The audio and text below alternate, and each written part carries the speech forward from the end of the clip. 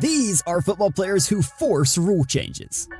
But nothing compares to how a 12-year-old kid who grew up near a dumping ground was so damn good that FIFA changed its rule just to stop him.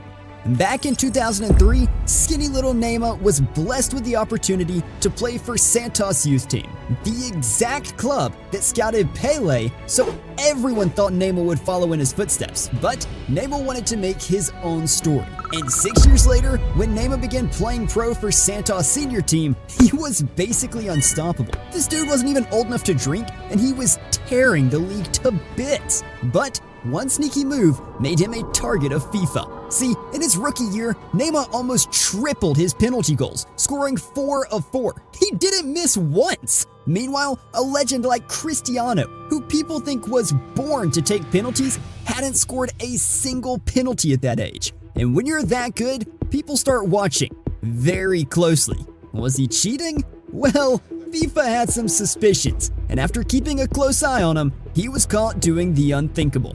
It turned out Neymar had found a loophole in FIFA's rulebook. He was using an overpowered move that no goalkeeper could defend, the feint kick. In every crucial pin, Neymar would freeze right before he kicked the ball, and just as the goalie dove one way, Neymar would shoot the other way. He did this game after game. Like, just watch how many times he pulled this off. If I was 40, getting schooled by an 18-year-old with a noseband, I'd be heated too. So FIFA couldn't handle it anymore, and in 2011, the feint kick was officially banned. Now, if any player who pauses at the end of the player's race and before kicking the ball would be given a yellow card. But at least Neymar wasn't playing dirty to cause rule changes. I can't say the same for Martínez. Martínez still talking away. Imagine trying to score after that. I don't care who you are, Martínez is getting into your head, dog. And that's exactly what went down in the 2022 World Cup final. After a highly anticipated 120 minutes between Argentina and France, it all came down to one of the most intense penalty shootouts in football history. And right away, Mbappe drilled one past Emi. So immediately the pressure was on. Emi knew that if he didn't bring his A game, it was game over. But now he was ready to win at all costs. So he snatched Tchouaméni's ball and threw it away. As if that weren't enough, Emi urged the ref to check the ball placement not once, but twice. Eventually, Tchouaméni's shot went wide. And when Kolo Muani took the pin, Emi said, "I've watched you." Whoa! Just when the French were thinking how Emi won the shootout with his mind games, dude straight up kissed his golden glove and dropped this. Oh my god! Emi literally turned us football fans into OnlyFans. Finally, the AFAB introduced the Anti-Dibu rule, which states that goalies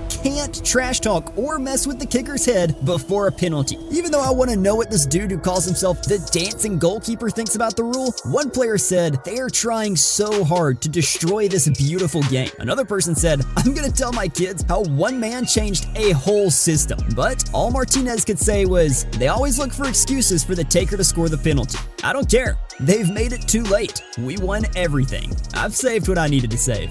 Even Cristiano isn't free from Martínez's mind games. Yeah, there's something else Cristiano couldn't escape. From BBC clowning him as Cristiano Ronaldo to almost being drop-kicked by a fan is not even close to that outraged incident in the Euro group stage. Euro 2024 was Ronaldo's final run in the tournament. We all know dude's got some wild fans. And during a matchup against Turkey, Cristiano's team was leading 3-0 and everything was going great. But this is Ronaldo we're talking about. The people can't just let him be happy and have a good day like a normal human being. So, after the 69th minute, Cristiano was targeted by not one, not two, but 6 pitch invaders. Man, at this point, Cristiano might need Messi's bodyguard on speed dial. But wait, it just didn't stop there. This whole mess became so controversial, it forced rule change. UEFA officially released a statement saying that pitch invaders will now be banned from matches and expelled from the stadium with a criminal complaint for trespassing.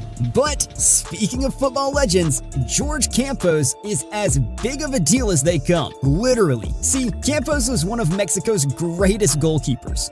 Soy el Michael Jordan de mi tierra. But deep down, he always wanted to make a goal, so he did exactly that. However, the issue wasn't that he scored, it was how he did it. Whenever Campos was subbed, he would switch his goalkeeper jersey to a striker's, right in the middle of the field. As if this wasn't enough, sometimes he would even return to his position as a goalkeeper after scoring a goal as a striker. Campos did this game after game, and he scored 35 goals doing this. He was also awarded the Mexican Primera Division Golden Glove for 5 seasons straight. It was crazy that people started coming to games just to watch Campos switch positions. But FIFA was not happy with Campos' magic trick. So once again, they changed the rules and players can now play in only one position. Alright, Campos is wild for that. But let me hit you with something even wilder, like the time FIFA changed a rule because someone literally died. Back in 1936, Sunderland AFC won the First Division Championship for the 6th time in history, and they were about to lift the trophy, with crowds going wild and players celebrating. But then they realized their goalkeeper, who had played 59 consecutive games for the club, was missing and nowhere to be found. So, where was he?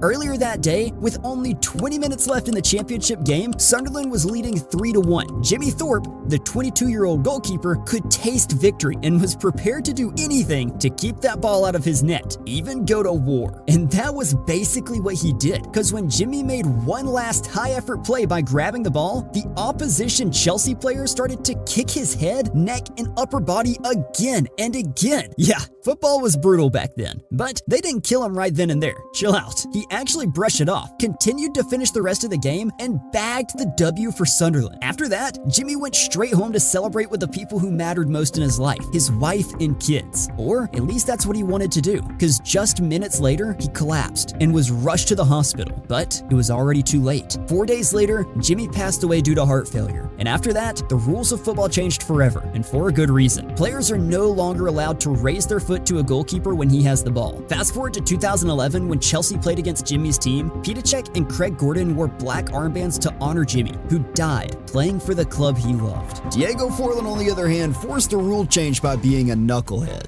See, Diego has gone down in history, not just because of everything he's won, but because of one specific Premier League match between United and Southampton. At the 79th minute, the match was tied, until they brought in Forlan. And with just 6 minutes on the field, Diego scored the winning goal. But the goal isn't what made this game so infamous. My man Forlan got so hyped and created one of the most iconic celebrations in football history. But there was a problem. Diego couldn't get the darn thing back on. As if this wasn't enough, the dude chased after his opponent, shirtless, and even tried to tackle him. The fans at Old Trafford went so crazy that the goal is still remembered, even after 2 decades. But FIFA, well, I guess they weren't turned on seeing an adult who couldn't dress himself. So, a new rule was introduced. Players could no longer take off their shirts or cover their faces with them. But listen, what if I told you that a player was so bad that in 86 appearances, he only scored 3 goals? And instead of fading into the shadows like most players, he forced rule change by taking his club to court. See, Bosman was loyal to RFC League for 13 years, and when his contract was up, he was ready to bounce. But RFC League had other plans. See, back then,